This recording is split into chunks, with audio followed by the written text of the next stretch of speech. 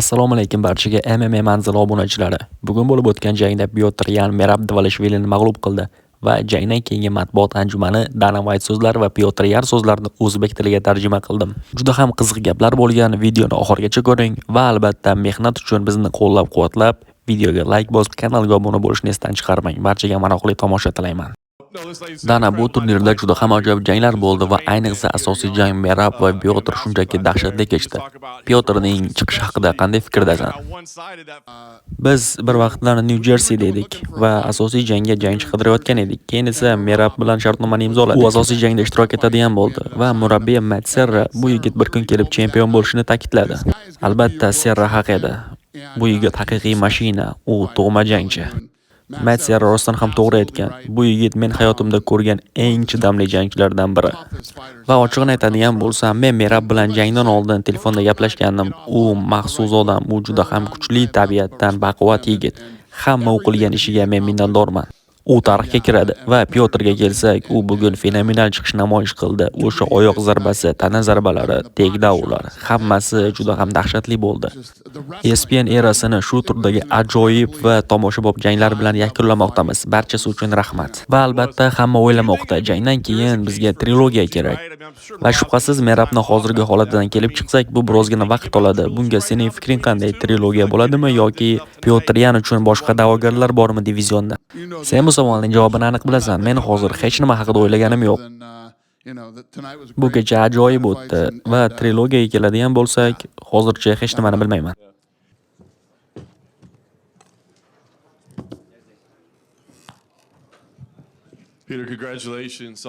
Pyotr, tabriklayman. Sen bugun fenomenal chiqish namoyish qilding. Ko'pchilik sendan bunday natija kutmagandi. O'zingda qanday hissiyotlar bo'lmoqda hozir? Bu ajoyib bo'ldi. Juda ham baxtliman. Kattakon rahmat sizlarning e'tiboringiz uchun. Va men yana bir bor juda ham baxtliman kamarni qaytarib olganim uchun. Jang davomida sen qachon tushunib yetding, ya'ni bu kecha seniki bo'lishini, sen kurashda ham, strikingda ham uni yo'q qilib tashlading. Bu xayol qachon miyangga keldi? Jang davomida hech qanday o'ylash bo'lmadi. Men o'zimga jangdan oldin ham mutlaqo ishonardim. Dominantlik qilishimni bilardim. Chunki bu jangga juda ham qattiq tayyorgarlik ko'rdim va men buning uchun bor kuchim bilan harakat qildim. Men yaxshi bilardim chempionning hududida uning uyida jang qilayotganimni. Bu yerga kelish uchun 30 soat samolyotda uchdim. Va jangni shunday yakunlashim kerak ediki, kamarni shunday qo'limga olishim kerak ediki, hech qanday shubha va savollarga o'rin qoldirmasdan. Va buni uddaladim. Sen bugun ikkita katta ishni amalga oshirding. Birinchisi kamarni qaytarib olding, ikkinchisi esa seni oldin mag'lub qilgan yigitni taslim etding. Bir tarafdan qasos olding. Senga qaysi biri ma'qul, kamarni qaytarib olganing yoki uni mag'lub qilganing? Bu juda ham ajoyib hissiyotlar. Revansh jangida men mutlaqo o'zimga ishondim va birinchisiga qaraganda xatolarim ustida ishladim va mukammalroq bo'lishga harakat qildim. Albatta umid qilganimdek men anchagina yaxshilangan edim. Va eng katta motivatsiya nima? Mana bu oldimda turgan kamar albatta. Endilikda sen nima haqida o'ylamoqdasan? Merab bilan 3-jang bo'ladimi yoki sizlarning ishingiz o'z nihoyasiga yetdimi? O'ylaymanki, hozir Merab jaguzisiga borib, yigitlar bilan hordiq chiqarsin va keyin nima bo'lishini o'ylab ko'ramiz. Endilikda sen chempionsan. Nimanidir mo'ljallab qo'ygan ishing bormi? Rejalar qanday? O'zing hozirda qanday ishlarni amalga oshirishni o'ylamoqdasan? Men hech qachon chempion sifatida raqib tanlamaganman. UFC menga kimni bersa o'sha bilan jang qilaman va bu safar ham shunday bo'ladi. Kimni bersa o'sha bilan urushaman. Oltinga oltin. Ketdik.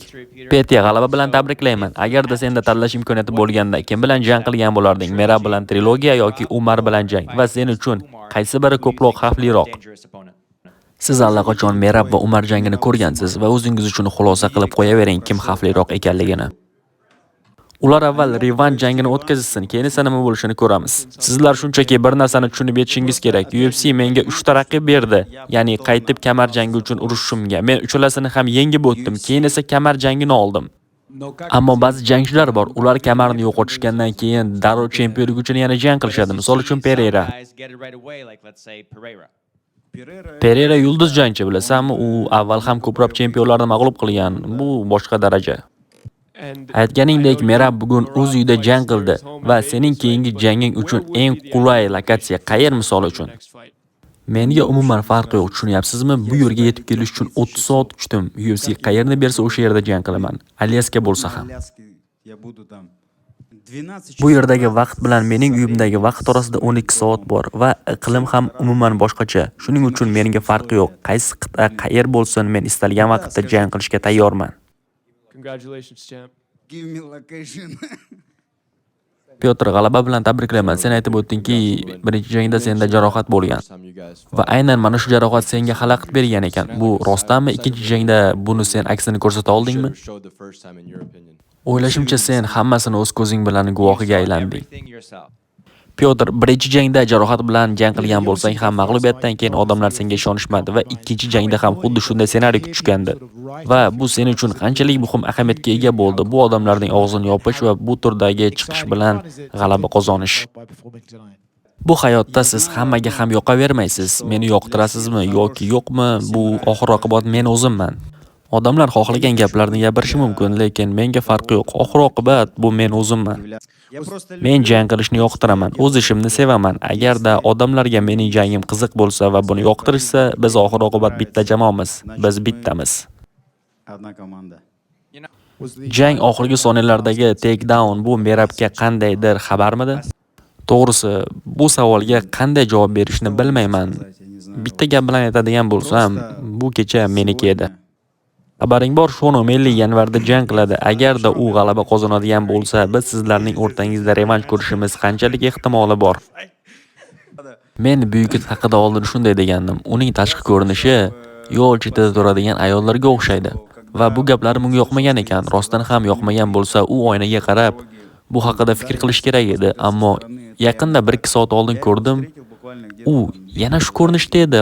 Hech qanday o'zgarish bo'lmagan. Demak, men yana fikrimda qolaman. Mening gaplarim unga ta'sir qilmagan, u o'zgarmagan.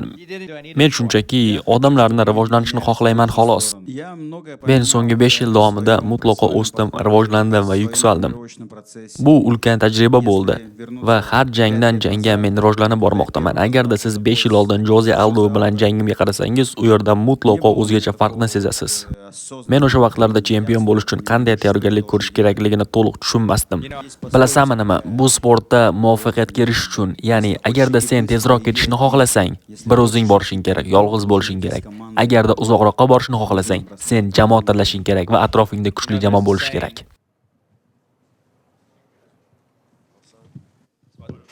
Фоточки сейчас с поясом.